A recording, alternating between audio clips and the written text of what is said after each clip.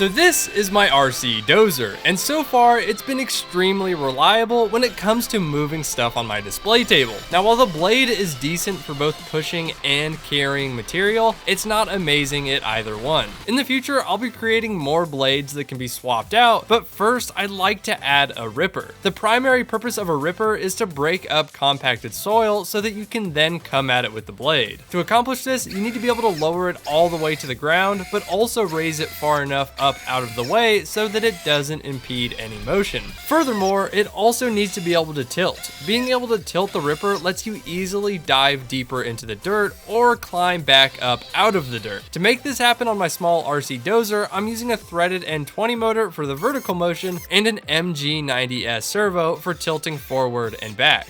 These two motors get populated into the ripper frame and wired into the PCB like normal. On the controller, I have the vertical motion set to up and down on the D-pad, and then tilt set to square and circle. Deploying it on a hard surface, you can see that it has more than enough power to pick the Dozer up off the table, which makes for a cool party trick. Unfortunately though, my display table doesn't have an area I could actually use this, as deploying it in the bean pit doesn't actually do much. The primary use case is taking it outdoors, which for me means a trip to the beach. Using it in the sand was extremely satisfying as it created this super cool looking rip. Moving to the dirt pile in my backyard was even cooler as I got to see the more practical side. Being able to first loosen up the dirt with the ripper was a game changer in being able to actually attack it with the blade later. The 3D files for this RC Dozer can be found on printables.